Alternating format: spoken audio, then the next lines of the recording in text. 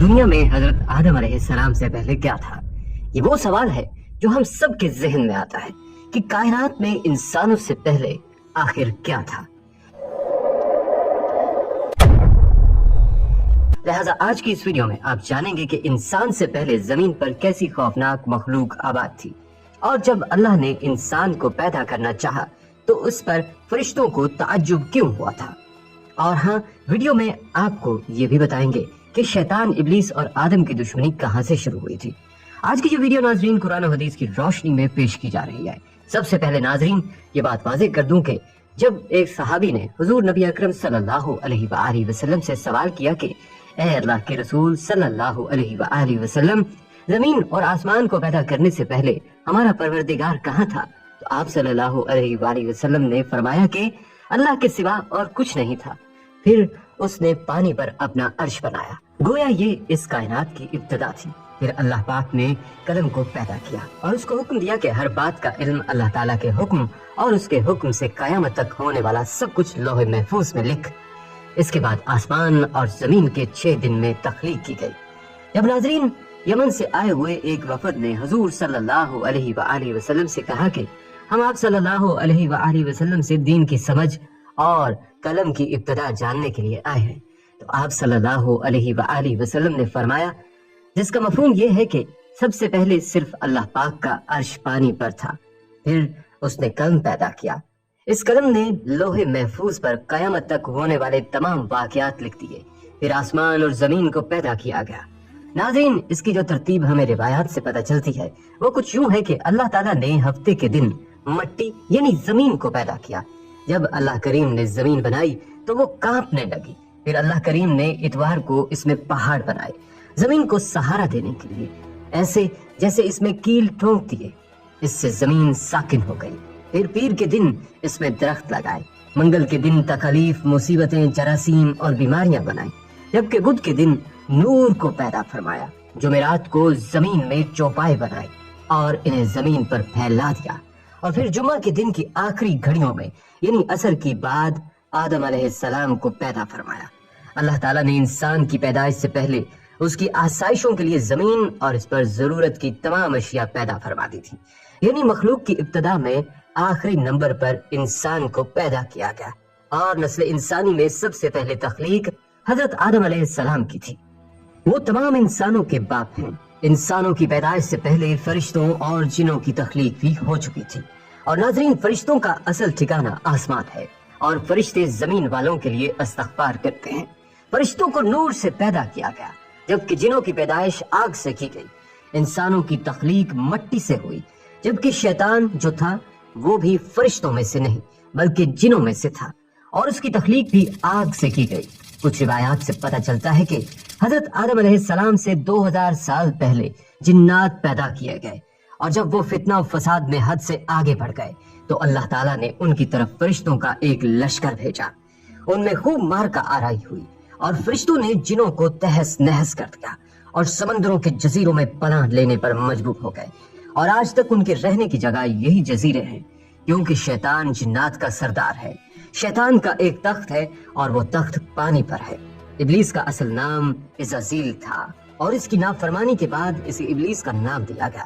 یہاں یہ بات بھی ناظرین جان لیجئے کہ دنیا میں پہلے جنات کی حکومت تھی، یہاں خون ریزی تھی، دنگا فساد تھا، نافرمانی اور کفر و شرک کا غلغلہ تھا، نیکی بہت کم تھی، بدی بہت زیادہ تھی۔ خالق کائنات نے جنات سے دنیا کی حکومت لے کر ایک دوسری مخلوق کو دینا چاہی، تاکہ جنات کا غرور خاک میں ملے۔ آسمان دنیا کی گہما گہمی کسی بڑی خبر کی نوید سنا رہی تھی۔ جوں جوں وقت گزرتا جا رہا تھا، تسبیح و تحلیل میں مصروف فرشتوں کے تجسس اور بے چینی میں اضافہ ہوتا جا رہا تھا۔ نظریں بیت المعمور پر تھیں اور کان اللہ کی پکار کے منتظر۔ بالآخر انتظار کی گھڑیاں ختم ہوئیں اور رب ذوالجلال کا حکم فضا میں بلند ہوا، میں زمین پر اپنا نائب بنانے والا ہوں۔ اللہ تعالیٰ نے فرشتوں کو اطلاع دی کہ میں زمین پر اپنا خلیفہ بنانا چاہتا ہوں، جو اختیار و ارادے کا مالک ہوگا، اور میری زمین پر جس قسم کا تصرف کرنا چاہے گا کر سکے گا، اور اپنی ضروریات کے لیے اپنی مرضی کے مطابق کام لے سکے گا۔ گویا وہ میری قدرت اور میرے تصرف و اختیار کا مظہر ہوگا۔ فرشتوں نے جب یہ سنا تو حیرت میں رہ گئے اور اللہ کے حضور بطور سوال عرض کیا، اے خدائے بے نیاز، کیا آپ ایسے کو پیدا کرنا چاہتے ہیں جو زمین کو فساد اور خون ریزی سے بھر دے گا؟ یعنی فرشتوں نے اس نئی مخلوق کو جنات پر قیاس کیا اور وہ یہ سمجھے کہ نئی مخلوق بھی جنات کی طرح بے حد سرکش اور نافرمان ہوں گے۔ وہ بولے کہ ہم جماعت ملائکہ آپ کی تسبیح و تحلیل کے لیے کافی ہیں۔ اللہ تعالیٰ نے جواب دیا، آدم کی پیدائش کرنے میں جو حکمتیں ہیں تم ان سے واقف نہیں، بلکہ ہم ہی خوب جانتے ہیں۔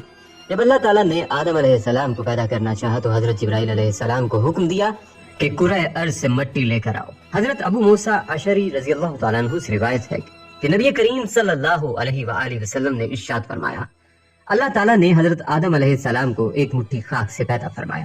یہ مٹی تمام روئے زمین سے حاصل کی گئی تھی۔ یہی وجہ ہے کہ حضرت آدم علیہ السلام کی نسل میں مختلف رنگ و زبان کے لوگ پائے جاتے ہیں۔ اللہ تعالیٰ نے حضرت آدم علیہ السلام کو 4 عظیم شرف اور مرتبے عطا فرمائے۔ نمبر 1، اپنے ہاتھ سے پیدا فرمایا۔ نمبر 2، روح پھونکی۔ نمبر 3، فرشتوں کو سجدہ کرنے کا حکم فرمایا۔ نمبر 4، اشیاء کے ناموں کے علم سے سرفراز فرمایا۔ تو فرشتوں اور ابلیس سے کہا، میں کھنکھناتے ہوئے سیاہ اور سڑے ہوئے گارے سے ایک انسان بنانے والا ہوں۔ جب میں اسے ٹھیک طرح سے بنا کر مناسب شکل دے دوں اور اس میں اپنی روح پھونک دوں تو تم سب اس کے آگے سجدے میں گر پڑنا۔ اللہ نے پوری زمین سے ایک مٹھی مٹی لی۔ یہی وجہ ہے کہ آدم علیہ السلام کی اولاد میں کوئی گورا ہے، کوئی کالا ہے، کوئی سانولا ہے، کوئی نرم ہے، کوئی سخت ہے، کوئی ناپاک ہے اور کوئی پاک ہے۔ پھر اللہ تعالیٰ نے اس مٹی کے خلاصے سے گارا تیار کیا۔ جب گارا سیاہ اور بدبودار ہو گیا اور اس سے کھن کھن کی آواز آنے لگی تو اللہ تعالیٰ نے اپنے دونوں ہاتھوں سے آدم علیہ السلام کا پتلا بنایا۔ پھر اللہ تعالیٰ نے پتلے کو کچھ عرصے کے لیے ویسے ہی چھوڑ دیا۔ جب ابلیس نے اسے دیکھا تو اس کے گرد چکر لگانے لگا اور اس کو بغور دیکھتا رہا۔ اس نے دیکھا کہ پتلا اندر سے خالی ہے تو وہ سمجھ گیا کہ آدم اپنے اوپر قابو نہ رکھ سکیں گے۔ پھر اللہ تعالیٰ نے جمعہ کے دن عصر کے بعد اس پتلے کو زندہ انسان بن جانے کا حکم دیا۔ حکم سنتے ہی وہ پتلا زندہ انسان بن گیا۔ آدم علیہ السلام کا خمیر مٹی سے گوندا گیا اور ایسی مٹی سے گوندا گیا جو نت نئی تبدیلی قبول کرنے والی تھی۔ جب یہ مٹی پختہ ٹھیکری کی طرح آواز دینے اور کھنکھنانے لگی تو اللہ تعالیٰ نے اس جسد خاکی میں روح پھونکی۔ ابھی روح ناک کے نتھنوں سے داخل ہو کر دماغ تک پہنچی ہی تھی کہ آدم علیہ السلام کو چھینک آئی۔ اسی وقت آدم علیہ السلام کو اللہ پاک کی طرف سے الہام ہوا کہ اس چھینک کے جواب میں الحمدللہ کہو۔ آدم علیہ السلام نے چھینک لیتے ہی الحمدللہ کہا، جس کے جواب میں عرش معلیٰ سے یرحمک اللہ، یعنی اللہ تجھ پر رحم کرے گا، جواب آیا۔ پھر اللہ تعالیٰ نے ان سے فرمایا، جاؤ ان فرشتوں کو سلام کرو اور سنو وہ کیا کہتے ہیں۔ جو کچھ وہ کہیں وہی تمہارا اور تمہاری ذریت کا سلام ہوگا۔ آدم علیہ السلام ان کے پاس گئے اور ان سے کہا، السلام علیکم۔ فرشتوں نے جواب دیا، وعلیکم السلام ورحمۃ اللہ وبرکاتہ۔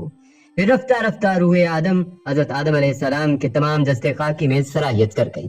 یوں وہ مٹی کا پتلا یک با یک گوشت پوست ہڈی پٹھے کا زندہ انسان بن گیا اور ارادہ، شعور، حس، عقل اور وجدانی جذبات و کیفیات کا حامل نظر آنے لگا۔ پھر اللہ تعالیٰ نے آدم کو سارے نام سکھا دیے۔ پھر اللہ پاک نے فرمایا، اے ملائکہ ان چیزوں کے نام بتاؤ۔ فرشتوں کو بھی خبر تک نہ تھی کہ ان چیزوں کے کیا کیا نام ہیں۔ کائنات کی تمام اشیاء فرشتوں کے سامنے پیش ہیں اور ان کے نام ان معصوموں سے دریافت ہو رہے ہیں۔ یہ کیوں؟ یہ صرف آدم علیہ السلام کا اعزاز بڑھانے کے لیے۔ لہذا اس عظیم سوال پر سارے فرشتے عاجز ہوئے اور سب نے انکساری سے عرض کیا، اے پاک پروردگار، تیری ذات خوب واقف ہے کہ ہم ان چیزوں کے نام نہیں جانتے۔ تو بس وہی علم ہے جو تو نے ہمیں عطا کر رکھا ہے، یعنی ذکر خدا اور تسبیح الہی، اور فی الحقیقت تو ہی سب چیزوں کا جاننے والا ہے اور بڑا حکمت والا ہے۔ جب اللہ تعالیٰ نے آدم علیہ السلام کو پیدا کیا تو چونکہ اللہ تعالیٰ وجود آدم علیہ السلام کے چراغ میں روحانیت کا روغن ڈال کر اسرار الہی کی قندیل روشن فرمانا چاہتا تھا، اس لیے آدم علیہ السلام کو خلاصہ موجودات بنا کر فرشتوں کے سامنے پیش کیا اور فرمایا کہ آدم کے سامنے سجدے میں گر جاؤ۔ فرشتے اب تک رب کے لیے سجدے کرتے چلے آ رہے تھے، مگر آج کا سجدہ جدا گانا نوعیت کا تھا، گویا کہ تھا تو یہ بھی حکم الہی کے سامنے، اور اس وقت حضرت آدم علیہ السلام اور الہی تجلی گاہ کے طور پر جلوہ گر تھے۔ ان کے سامنے کیے جانے والا سجدہ بھی در حقیقت رب ہی کو سجدہ تھا، کیونکہ اس کا حکم جو تھا، مگر اب یہ سجدہ بواسطہ آدم علیہ السلام تھا۔ یہ ایک ایسا سجدہ تھا جس نے کروڑوں کے سجدے مقبول بنا دیے اور ابلیس کے کروڑوں سجدے مردود کرا دیے۔ لہذا حکم خداوندی ملتے ہی تمام فرشتے سجدے میں گر گئے، مگر ابلیس نے سجدہ کرنے سے انکار کر دیا۔ یہاں یہ بات قابل ذکر ہے کہ انسانوں میں بھی نافرمانی اور ظلم کا مادہ ہے، لیکن یاد رہے کہ وہ جنات کے مقابلے میں کم ہے۔ یوں سمجھنا چاہیے کہ انسان ایک ایسی مخلوق ہے جو فرشتوں اور جنات کے بیچ کی معتدل مخلوق ہے۔ حضرت آدم علیہ السلام کی تخلیق اور فرشتوں کے کلام کے بارے میں قرآن کریم میں ارشاد ہے کہ اے پیغمبر، اس وقت کا تصور کرو جب آپ کے رب نے فرشتوں سے کہا کہ میں زمین میں ایک خلیفہ بنانے والا ہوں، تو وہ کہنے لگے کیا تو اس میں ایسے شخص کو خلیفہ بنائے گا جو اس میں فساد مچائے گا اور ایک دوسرے کا خون بہائے گا، جبکہ ہم تیری حمد و ثنا کے ساتھ تسبیح و تقدیس بھی کر رہے ہیں۔ اللہ تعالیٰ نے انہیں جواب دیا کہ جو کچھ میں جانتا ہوں وہ تم نہیں جانتے۔ اس کے بعد اللہ تعالیٰ نے آدم علیہ السلام کو تمام اشیاء کے اسماء، نام و صفات خاص سمجھا دیے اور سکھا دیے۔ پھر ان اشیاء کو فرشتوں کے روبرو پیش کر کے ان سے کہا کہ اگر تم اپنی بات میں سچے ہو تو مجھے ان اشیاء کے نام بتا دو۔ فرشتے کہنے لگے نقص سے پاک تو تیری ہی ذات ہے، ہم تو اتنا ہی جانتے ہیں جتنا تو نے ہمیں سکھایا ہے، اور ہر چیز کو جاننے والا اور اس کی حکمت سمجھنے والا تو ہی ہے۔ اللہ تعالیٰ نے آدم علیہ السلام سے فرمایا اے آدم، ان فرشتوں کو ان اشیاء کے نام بتا دو۔ تو جب آدم علیہ السلام نے فرشتوں کو ان چیزوں کے نام بتا دیے تو اللہ تعالیٰ نے فرشتوں سے کہا کیا میں نے تمہیں یہ نہ کہا تھا کہ میں ہی آسمانوں اور زمین کی پوشیدہ باتیں جانتا ہوں، اور ان باتوں کو بھی جانتا ہوں جو تم ظاہر کرتے ہو اور ان کو بھی جو تم چھپاتے ہو۔ اور وہ وقت بھی یاد کرو جب ہم نے فرشتوں سے کہا کہ آدم کو سجدہ کرو تو سوائے ابلیس کے سب فرشتوں نے اسے سجدہ کیا۔ ابلیس نے اس حکم الہی کو تسلیم نہ کیا اور گھمنڈ میں آ گیا اور کافروں میں شامل ہو گیا۔ پھر ہم نے آدم سے کہا کہ تم اور تمہاری بیوی دونوں جنت میں آباد ہو جاؤ اور جہاں سے چاہو اس کے پھل جی بھر کے کھاؤ، البتہ اس درخت کے پاس نہ پھٹکنا ورنہ تم دونوں ظالموں میں شمار ہوگے۔ آخرکار شیطان اس درخت کی ترغیب دے کر آدم و حوا دونوں کو ورغلا دیا اور جس حالت میں وہ تھے انہیں وہاں سے نکلوا کر ہی دم لیا۔ تب ہم نے کہا تم سب یہاں سے نکل جاؤ کیونکہ تم ایک دوسرے کے دشمن ہو، اور اب تمہیں ایک معینہ وقت تک زمین میں رہنا اور گزر بسر کرنا ہے۔ پھر آدم علیہ السلام نے اپنے رب سے چند کلمات سیکھ کر توبہ کی تو اللہ تعالیٰ نے ان کی توبہ قبول کر لی۔ حضرت آدم علیہ السلام نے اپنی دعا میں یہ کلمات عرض کیے کہ اے ہمارے رب، ہم نے اپنی جانوں پر زیادتی کی، اور اگر تو نے ہماری مغفرت نہ فرمائی اور ہم پر رحم نہ فرمایا تو ضرور ہم نقصان والوں میں سے ہو جائیں گے۔ اور اس کے ساتھ حضرت عمر فاروق رضی اللہ تعالیٰ عنہ سے مروی ہے، نبی اکرم صلی اللہ علیہ وآلہ وسلم نے ارشاد فرمایا جب حضرت آدم علیہ السلام سے اجتہادی خطا ہوئی تو عرصہ دراز تک حیران و پریشان رہنے کے بعد انہوں نے بارگاہ الہی میں عرض کی اے میرے رب، مجھے محمد صلی اللہ علیہ وآلہ وسلم کے صدقے میں معاف فرما دے۔ اللہ تعالیٰ نے فرمایا اے آدم، تم نے محمد صلی اللہ علیہ وآلہ وسلم کو کیسے پہچانا، حالانکہ ابھی تو میں نے اسے پیدا بھی نہیں کیا۔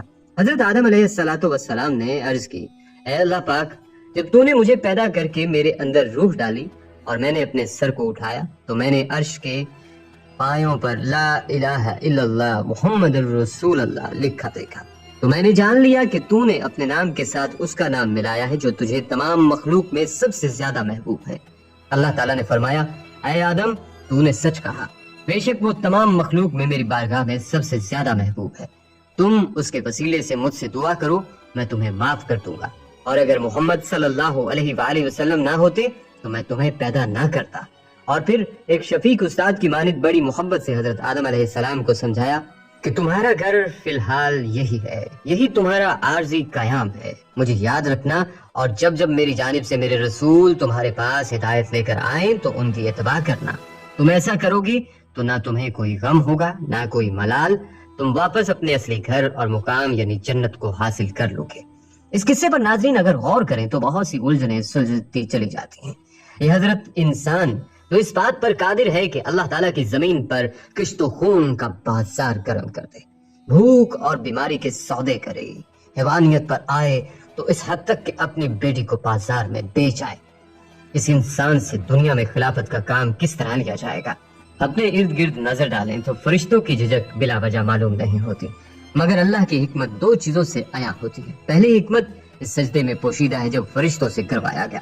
ایک طرف تو اس خاکی پتلے کے اندر چھپی نورانی روح کی تقدس کی طرف نشاندہی کی جاتی ہے، تو دوسرا یہ بتایا جاتا ہے کہ جہاں اس کے اندر شر کی پیروی کرنے اور فساد کی قوت ہے، وہیں اس انسان میں لامتناہی محبت، رحمت اور ایثار کا جذبہ بھی موجود ہے۔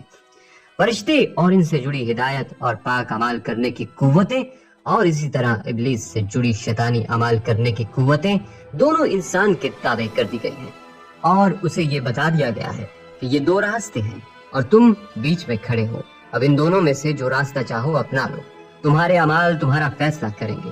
ابلیس کے راستے پر چلے تو ملعون ہو جاؤ گے، اور میرے راستے پر چلے تو پھر اس سجدے کا حق ادا کر کے اشرف المخلوقات بن پاؤ گے۔ اور پھر اس بنی نوع انسان کو نام دینے کی طاقت دی گئی، یعنی علم عطا ہوا، وہ بھی ایک ایسا علم جو انسان کو باقی تمام مخلوقات سے ممتاز کرتا ہے، جس کے ذریعے انسان اپنی تحقیق، تعلیم اور تجربہ نسل در نسل آگے بڑھاتا ہے۔ اسی طرح یہ بھی واضح ہے کہ اللہ رب العزت کو معلوم تھا کہ ہمارے جد امجد اس درخت کا پھل ضرور کھائیں گے، چونکہ بارگاہ رب میں یہ اعلان تو پہلے ہی ہو چکا تھا کہ میں زمین میں اپنا نائب بنانے جا رہا ہوں۔ یہ تھوڑی کہا گیا تھا کہ میں جنت میں اپنا نائب بنا رہا ہوں۔ اب سوال یہ اٹھتا ہے کہ پھر درخت سے کیوں روکا اور صرف ایک پھل کھانے سے جنت سے کیوں نکال دیا؟ یہ دراصل انسان کی تخلیق اور تکمیل کا آخری مرحلہ تھا۔ یہ وہ پہلا از خود فیصلہ تھا جو انسان نے کیا۔ یہ اس بات کی نشاندہی تھی کہ اب یہ خاکی مخلوق تیار ہے، یہ اپنے امتحان گاہ میں بھیج دی جائے اور ایک مقررہ وقت تک اپنے علم الاسما کو استعمال کرتے ہوئے اپنا ذہنی، علمی اور عمرانی ارتقاء کرے، اور ساتھ ساتھ علم وحی کی متلاشی رہے۔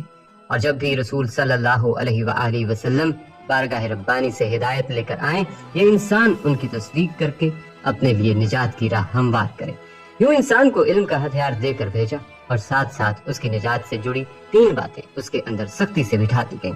اول یہ کہ جنت میں وقت گزارنے کا موقع دے کر اس کے دل میں لاشعوری طور پر اس کی محبت بھر دی گئی، اور یہ بتا دیا گیا کہ یہی تمہارا اصل مقام ہے۔ اور پھر یہ جو نکالے جانے کے باعث تم اسفل سافلین ہو گئے ہو، تو وہ اپنے اعمال اور اٹھان سے اپنی کھوئی ہوئی ساکھ دوبارہ بحال کرو اور اپنا اصل مقام دوبارہ تلاش کرو۔